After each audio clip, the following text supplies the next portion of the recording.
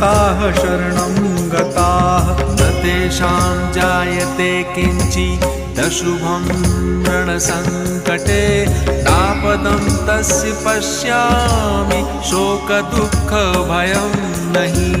यैस्तु भक्त्या स्मृतानूनं तेषां वृद्धिः प्रजायते। ये त्वां स्मरन्ति देवेशि रक्षसे तान् संशयः।